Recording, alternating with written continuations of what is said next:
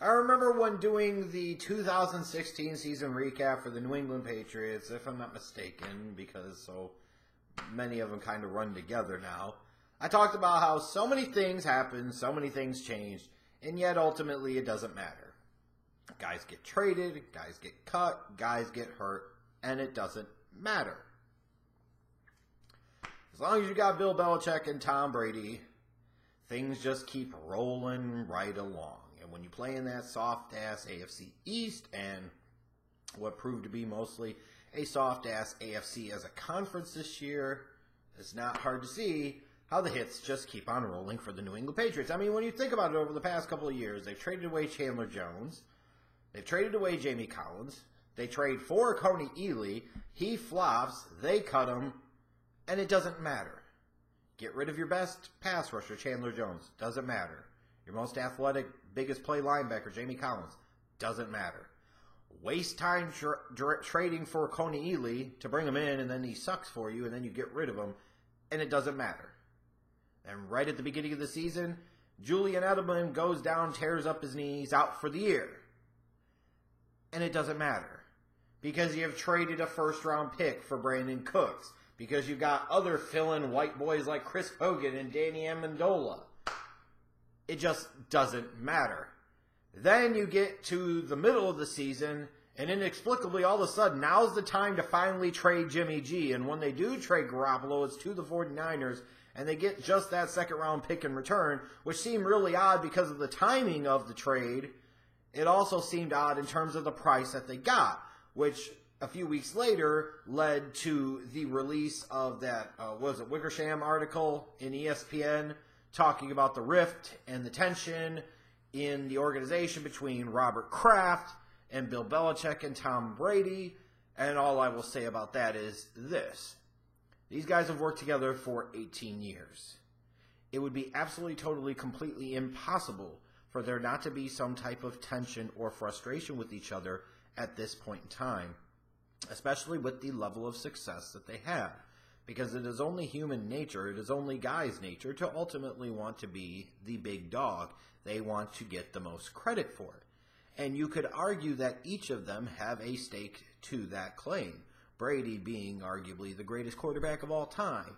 Belichick, to me, no argument, greatest NFL head coach of all time. And Robert Kraft, one of the truly great owners in NFL history. They're all like interconnected. Without Robert Kraft, Belichick, Brady probably don't happen. Brady speaking to the strength of the scouting department of that organization, and Kraft's ultimately the one that hired Belichick.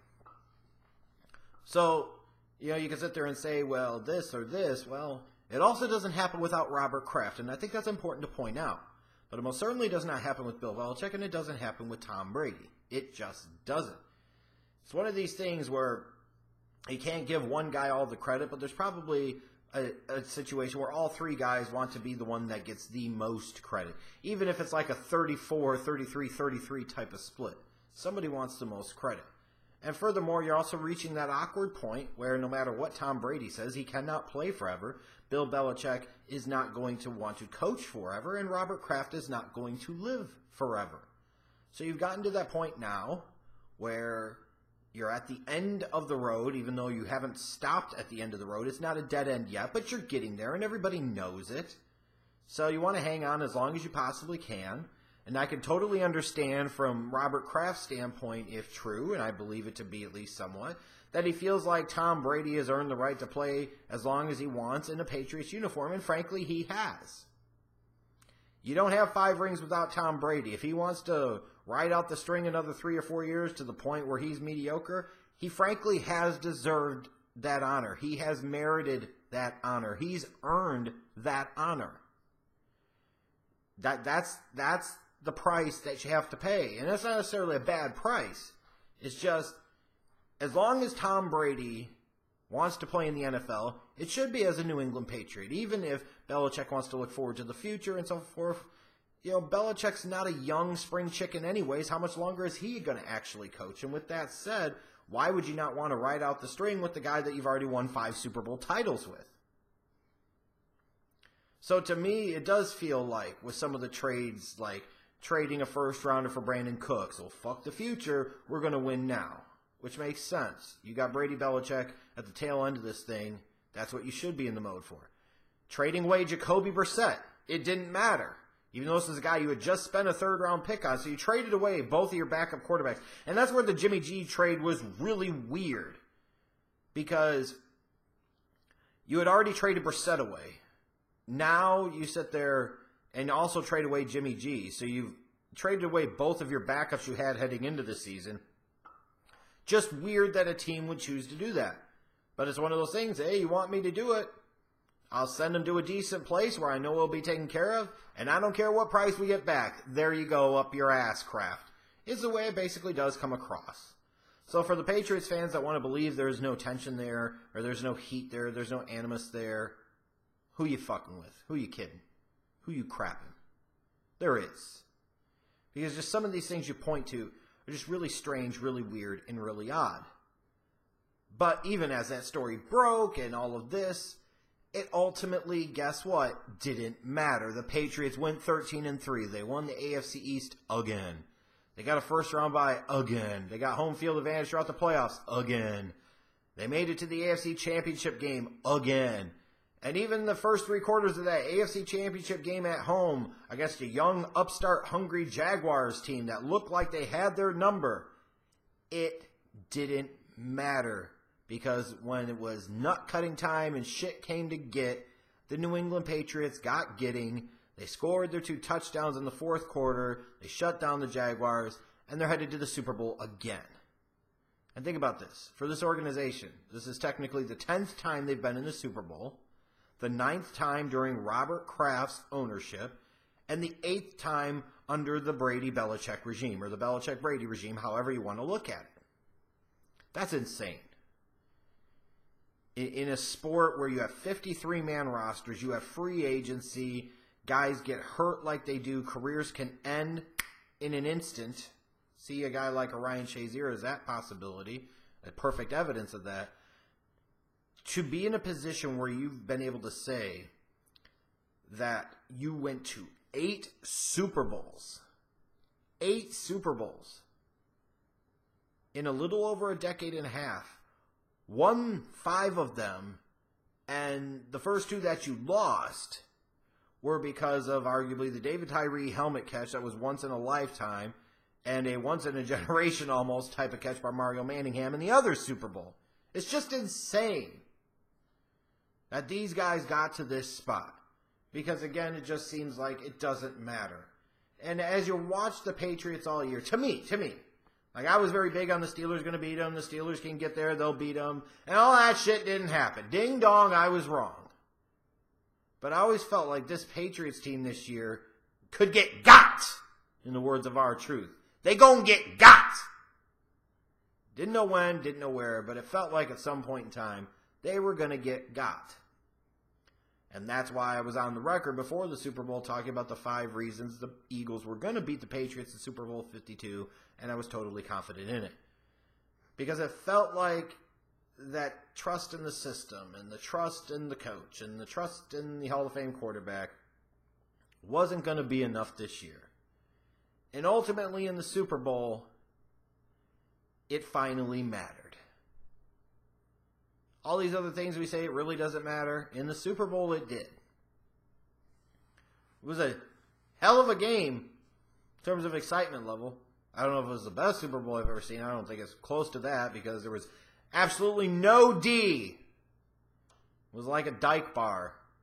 No D in there, if you know what I mean. But it mattered in the Super Bowl. I still can't for the life of me figure out why Malcolm Butler got benched. I know there's been different reports and different rumors, and I don't know if we're ever going to truly get the answer.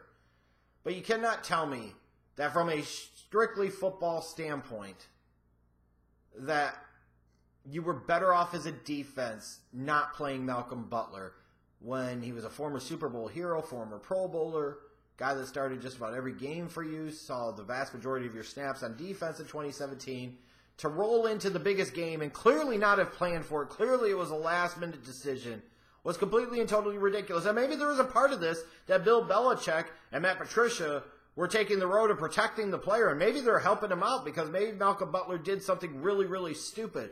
But my God, to bench one of your best defensive players, even if he's not having the greatest of years, he's still a good NFL player on a secondary unit that really, really needed him out there. To bench him for the entire game sounds like principle without purpose or reason. It just sounds like flexing muscle to be a dick. And it's that type of stuff that potentially cost Bill Belichick a Super Bowl. I hope he's happy with it. Because even as many times as the Patriots have been there, there's no guarantee, believe it or not, there's no guarantee you'll ever get back there again. Because you never know. You just never know what can happen. This could have been the last chance. This could have been it. And to potentially say, because of some principled stand or some dumb dick belief in X's and O's, that you didn't want to play Malcolm Butler at all, I just find was ridiculous. Especially because this Patriots defense couldn't stop the Eagles all damn game. Hey, Lions fans, enjoy Matt Patricia. I can imagine right now Bill Belichick and Josh McDaniels are yucking it up. Like they got his fat bearded ass out of town. Do things the way they wanted to. And I mean, that's the way it looks. Because they got Matt Patricia out of there, and all of a sudden at the 11th hour and 59th minute, Josh McDaniels doesn't want to move cities. Josh McDaniels, fuck your kids. They can move their asses for the amount of money you were going to make. That's fucking dumb. And all it was bottom line is Josh McDaniels got promised the opportunity to be the true heir apparent to Bill Belichick. And once Patricia was out of the way, they ran the okey doke on him. And that's what I still feel like happened. And now he's there. But, you look back at the Super Bowl, and Brady threw for over 500 yards, but I'm sorry, I still stand by it. I felt like Nick Foles outplayed him. It's one of these things where the statistics don't tell the whole story. Nick Foles was more consistently on the money, made more big throws, and made more big plays, and Tom Brady had times where he should have been picked and just underthrew guys, missed guys, and wasn't as great as the numbers indicate. Still very good, just not as great as everybody wanted to suck his schlong off too. And again, before you sit there and flame on me talking about I'm a Brady hater, kiss my motherfucking ass. All these years I had to hear all these Peyton Manning nut huggers, and I was in the Tom Brady is better camp, and imagine if he actually got nearly the amount of talent on offense around that Peyton Manning did. You will not sit there now and question me or my Tom Brady fanboydom. It is strong and established, a decade and a half plus strong. So fuck you. But it just wasn't meant to be. The defensive line of the Eagles, which really hadn't done crap all day, finally Brandon Graham made a great play when they really needed it the most. And the Patriots ultimately just ran out of gas. And even in that case, it took a historic performance by Nick Foles and that Eagles offense in a lot of ways, in a game that saw a lot of history made in terms of offensive proficiency, to barely be able to beat the New England Patriots in the Super Bowl. This shit is maddening. It's insane. It's like even when the Eagles were the superior team, and they had so many advantages in so many places, it still didn't matter. It still came down to the last 2 minutes of the game. And even when the Eagles kicked the field goal to go up 41-33, you almost wondered, was Brady going to have magic in the freaking thing one more time? And wasn't even going to matter then. But ultimately it did. So it's tough if you're a Patriots fan, because your team lost in the Super Bowl. But honestly, you got 5 other rings. Quit bitching. And you may get another one next year. Who knows? Just outstanding what this organization has been able to do since 2000. Just incredible. And it looks like Belichick or Brady are going to be back again in 2018. I know Gronk was sitting there sounding unsure of his future. The WWE will be there. The WWE can wait. Gronk, I'm sure, will be back probably in 2018. And for all said and done, for the New England Patriots, it probably won't matter. Like, they don't have a ton of cap space this offseason. It won't matter. You look at their draft needs. They need edge rushers. They need help in the secondary, especially if Malcolm Butler leaves via free agency, which you most certainly assume would do. At some point in time, they're probably going to draft a quarterback, whether it's a guy like Kyle Lauletta, Luke Falk, somebody. They need somebody. Could use somebody at offensive tackle, especially if they don't bring back Nate Solder. But even in that case, even if they address none of those needs, you feel like it just won't matter, and they'll be right back at the same spot next season. The only trick was, this time, it did matter, And that's why the New England Patriots aren't Super Bowl 52 champions. Still a great season, but when you build that tradition and that level and expectation of excellence, this has to be a disappointment.